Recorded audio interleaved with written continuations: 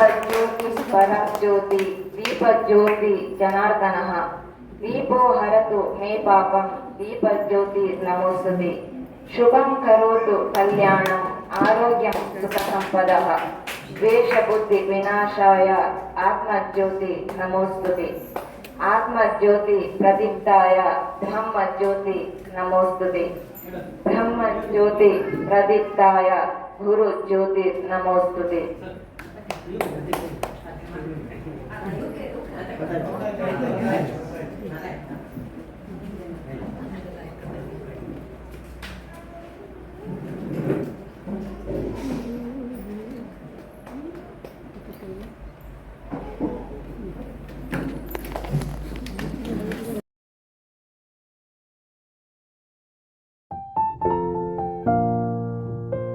ಅದಕ್ಕೆ ಒಂದು ಪ್ರೇರಣೆ ಕೊಡುವವರು, ಅದಕ್ಕೆ ಪ್ರೋತ್ಸಾಹ ಕೊಡುವಂತಹ ಸಾರ್ವಜನಿಕರು. ಒಂದು ನೀನು ಒಳ್ಳೆ ಕೆಲಸ ಮಾಡ್ತಿದೀಯಾ, ಈ ಕೆಲಸ ಮಾಡೋದನ್ನ ನೀವು ಮುಂದುವರಿಸಿ, ನಾವು ನಿಮ್ ಜೊತೆ ಇರ್ತೀವಿ ಅಂದಾಗ ಆ ಕೆಲಸಕ್ಕೆ ಆನೆ ಬಲ ಬರ್ತದೆ.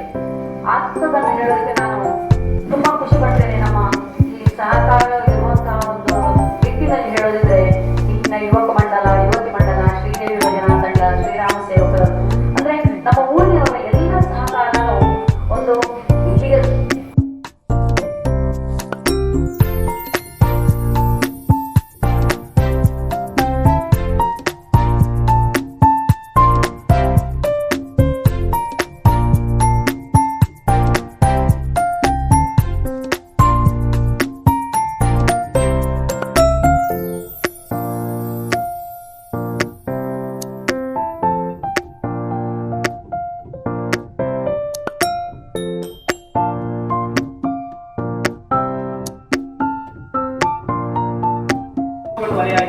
ಅಥವಾ ಆರ್ಥಿಕವಾದ ಆವಿಷ್ಕಾರಗಳು ಮಾಧ್ಯಮಗಳು ನಮ್ಮ ಮುಂದೆ ಇದೆ. ಕೃಷಿ ಸಂಸ್ಕೃತಿ ಬದಲಾಯಿತು. ಎಲ್ಲ ಕಾರಣಗಳಿಗಾಗಿ ನಾವು ನಮ್ಮ ತರವನ್ನ ಬಿಟ್ಟಿದ್ದೇವೆ. ನಾವೇನೋ ಹೊರಗಡೆ ಯಾವುದೋ ಇನ್ನೊಂದು ಪ್ರಭಾವದಿಂದ ನಾವು ಬದುಕ್ತಾ ಇದ್ದೇವೆ. ಬೆಳಕು ಮತ್ತು ಬೆಳಕು ನಮ್ಮ ಬದುಕಿನಲ್ಲಿ ಬಹಳ ಮುಖ್ಯವಾಗಿ ಬೇಕಾಗಿರುತ್ತದೆ. ಬೆಳಕು ಮತ್ತು ಬೆಳಕು, ಆದರೆ ಬೆಳಕು ಮತ್ತು ಬೆಳಕು ಎರಡೂ ಇಲ್ಲದ ಸಮಾಜದ ಆತಂಕ ಸ್ಥಿತಿಯಲ್ಲಿ ನಾವಿದ್ದೇವೆ. ನಮಗೆಲ್ಲರಿಗೂ ಕೂಡ ದೊಡ್ಡ ದೊಡ್ಡ ಹ್ಯಾರಸಿಂಗ್ ಲೈಟ್ಗಳು ಅಥವಾ ನಮ್ಮ ಕಣ್ಣನ್ನ ಓಡಿಸುವಂತ ದೊಡ್ಡ ದೊಡ್ಡ ಲೈಟ್ಗಳು ನಮ್ಮ ಕಣ್ಣನ್ನ ಮುಚ್ಚು ಮಾಡ್ತಾ ಇದೆ. ಅದನ್ನು ಹಣದಲ್ಲಿ ಬೆಳೆಸಿದಂತ ಜ್ಯೋತಿ ಇದೆಯಲ್ಲ, ಅದು ನಮ್ಮನ್ನ ಬೆಳಗಿಸ್ತದೆ. ಅಂತ ಜ್ಯೋತಿಯಿಂದ ಮಾತ್ರ ಇವತ್ತು 10 ಜ್ಯೋತಿಗಳನ್ನ ಹಾಗಾಗಿ ಅಂಥ ಬೆಳಕು ನಮಗೆ ಬೇಕಾಗಿದೆ. ಇವತ್ತು ಬೆಳಕು ಮತ್ತು ಬೇರೆ ಬೇರೆ ನಾವು ಟಿವಿಯಲ್ಲಿ ಬರುವ ಯಾವುದೇ ಸೆಲೆಬ್ರಿಟಿಗಳ ಬದುಕು ಅಥವಾ ಒಂದು ಮದುವೆ ಆಗುವ ರೀತಿ ಅಥವಾ ಈ ಅನೇಕ ಸಮಾಜದಲ್ಲಿ ನಡೆಸುವಂತ ವ್ಯವಸ್ಥೆ ಇದೆಲ್ಲವೂ ಕೂಡ ಬೆಳಕು ಸಾಧಿಸ್ತದೆ. ಆದರೆ ಬೆಳಕು ಎನ್ನುವಂಥದ್ದು ನಮ್ಮ ಸುತ್ತಮುತ್ತ ಈ ಪ್ರಕೃತಿಯನ್ನು ನೋಡಿದಾಗ ಸುರಿಯುವಂತಹ ಮಳೆ ಇರ್ಬೋದು, ಆ ಮಳೆಯ ಹನಿ ಒಂದು ಕೆಸುವಿನ ಎಲೆ ಮೇಲೆ ನಿಂತಿರು ಯಾವ ರೀತಿ ಹೋಗ್ತದೆ ಎನ್ನುವಂತಹ ಒಂದು ಸಣ್ಣ ಸಂಗತಿ ಇರ್ಬೋದು, ಅದೆಲ್ಲವೂ ಕೂಡ ನಮಗೆ ಬೆಳಗನ್ನ ನೀಡುವಂಥದ್ದು. ಒಮ್ಮೆ ಕವಿ ರವೀಂದ್ರನಾಥ್ ಟ್ಯಾಗೋರ್ ಅವರ ಬಳಿ ಒಬ್ಬಾಕೆ ತಾಯಿ ಪುಟ್ಟ ಮಗುವಿನೊಂದಿಗೆ ಬರ್ತಾರಂತೆ. ಮಗುವಿನೊಂದಿಗೆ ಬಂದು ಏನಾದ್ರೂ ಆಶೀರ್ವಾದ ಮಾಡಬೇಕು ಅಂತ ಕೇಳ್ತಾರೆ. ಆ ಸಂದರ್ಭದಲ್ಲಿ ತಾಯಿ ಒಂದು ಮಗುವನ್ನ ಒಂದು ಕವನವನ್ನ ವಾಚನ ಮಾಡ್ತಾರೆ. ಅವರಿಗೆ ಒಂದು ಪ್ರೇರಣಾದಾಯಕ ರೀತಿಯಲ್ಲಿ. ಅದರ ತಾತ್ಪರ್ಯ ಇಷ್ಟೇ. ರವೀಂದ್ರನಾಥ್ ಟ್ಯಾಗೋರ್ ಹೇಳ್ತಾರೆ, ನಾನು ನನ್ನ ಬದುಕಿನಲ್ಲಿ ನನ್ನ ಸಂಶೋಧನೆಗೆ ಬೇಕಾಗಿ, ಅನ್ವೇಷಣೆಗೆ ಬೇಕಾಗಿ ಎಷ್ಟೋ ದೇಶಗಳನ್ನ ಸುತ್ತಿದ್ದೇನೆ, ಎಷ್ಟೋ ಎಷ್ಟೋ ದಿನಗಳನ್ನ ವ್ಯಯಿಸಿದ್ದೇನೆ, ಎಷ್ಟೋ ಲಕ್ಷ ಖರ್ಚು ಮಾಡಿದ್ದೇನೆ. ಆದ್ರೆ ಯಾವುದೋ ಒಂದು ದಿನ ನಾನು ನನ್ನ ಮನೆ ಎದುರು ಬಂದು ನೋಡ್ಬೇಕಿದ್ರೆ ನನ್ನ ಮನೆ ಎದುರು ಭಾಗದ ಒಂದು ಬೆರಿಕೆ ಹುಲ್ಲಿನ ಆ ಕೊನೆಯ ಮನೆಯಲ್ಲಿ ಒಂದು ರಕ್ತದ ಮಣಿಯಂತೆ ಅಥವಾ ಮುತ್ತಿನ ಮಣಿಯಂತೆ ಶೋಭಿಸ್ತಾ ಇದ್ದಂತಹ ಒಂದು ಮಳೆಯ ಹನಿ ಇತ್ತು.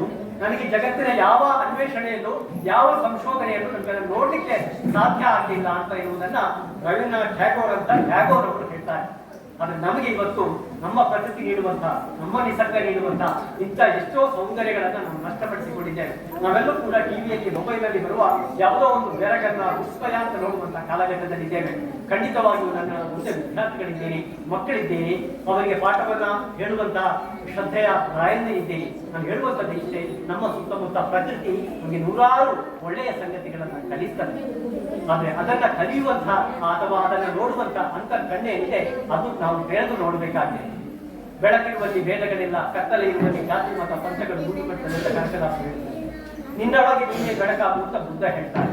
ನಮ್ಮ ಒಳಗಿರುವಂತಹ ಬೆಳಕನ್ನ ಅರ್ಥ ಮಾಡಿಕೊಳ್ಳುವಂಥದ್ದು ಇವತ್ತಿನ ಸಮಾಜದ ಒಂದು ಮುಖ್ಯ ಸಂಗತಿ ಆಗ್ಬೇಕು ಅಂತ ನಾನು ತುಂಬಾ ವಿನಮ್ರತೆಯಿಂದ ನಿಮಗೆ ಹೇಳಲಿಕ್ಕೆ ಇಷ್ಟಪಡ್ತೇನೆ. ಒಂದು ಬಾರಿ ರಾಜ್ಯದಲ್ಲಿ ಹೋಗ್ತಾ ಇರುವಂತಹ ಒಂದು ಸುರುಳನಲ್ಲಿ ಒಂದು ಕಂದೀಲನ್ನ ಕೊಡ್ತಾರೆ. ಕಂದೀಲು ಅಂದ್ರೆ ನಿಮ್ಗೆ ಗೊತ್ತಿದೆ, ಯಾಕಂತ ಹೇಳಿದ್ರೆ ಕಂದೀಲಿ ಆತನಿಗೆ ಕುರುಡನಿಗೆ ಆ ಬೆಳಕು ಕಾಣುವುದಿಲ್ಲ. ಆದ್ರೆ ಆತ ನಡೆದು ಹೋಗ್ತಾ ಇರುವಂತಹ ಸಂದರ್ಭದಲ್ಲಿ ಕುರುಡನನ್ನ ಬರ್ತಾ ಇದ್ದೇನೆ ಅಂತ ಒಂದು ಕಾಣುವಂತಹ ಸಂದರ್ಭದಲ್ಲಿ ಉಳಿದವರು ದಾರಿ ಬಿಟ್ಟು ನಿಲ್ತಾರೆ.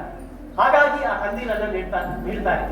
ಹಾಗಿದ್ದು ಕೂಡ ಒಂದು ಸಂದರ್ಭದಲ್ಲಿ ಆತ ಮತ್ತೊಬ್ಬರಿಗೆ ಡಿಕ್ಕಿ ಹೊಡಿತಾನೆ.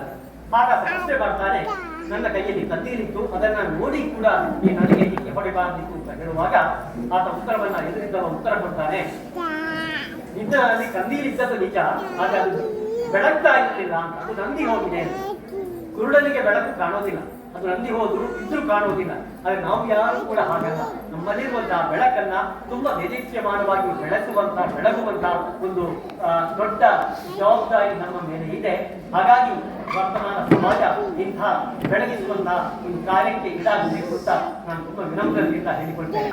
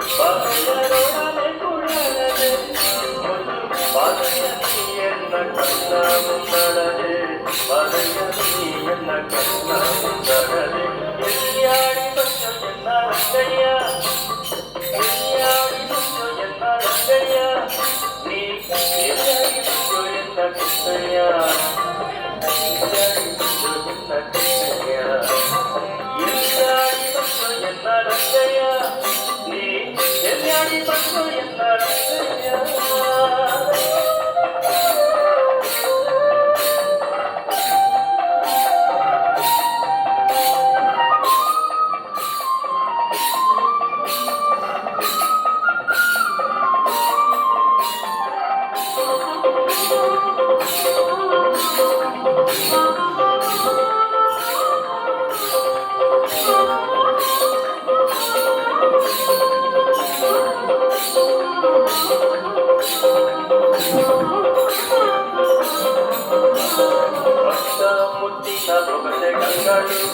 ಪಡೆಯೋಳಿಂದ ಕಸ್ತೂರಿ ತಿಲಕ ತಂದವು ಗಂಡ ಮುಚ್ಚಿದ ಪೊಗಟೆ ಕಂಗಳು ಪಡೆಯೋಳಿಂದ ಕಸ್ತೂರಿ ತಿಲಕ ತಂದವು ಚಿಕ್ಕತನದಲ್ಲಿ ಕುಡಿಯದರು ಚಿಕ್ಕತನದಲ್ಲಿ ಕುಡಿಯದರು ಕೊಟ್ಟ ಬೆಟ್ಟಯ್ಯ ನೀಯನ್ನ ಕಣ್ಣ ಮುಂದಡದೆ ಬೆಟ್ಟಯ್ಯ ಮುಂದಡದೆ ಇಲ್ಲಿಯಾಡಿ ತಂದು ಜನ್ನ ರಂಗಯ್ಯ ಇಲ್ಲಿಯಾಡಿ ತಂದು ಜನ್ನ ರಂಗಯ್ಯ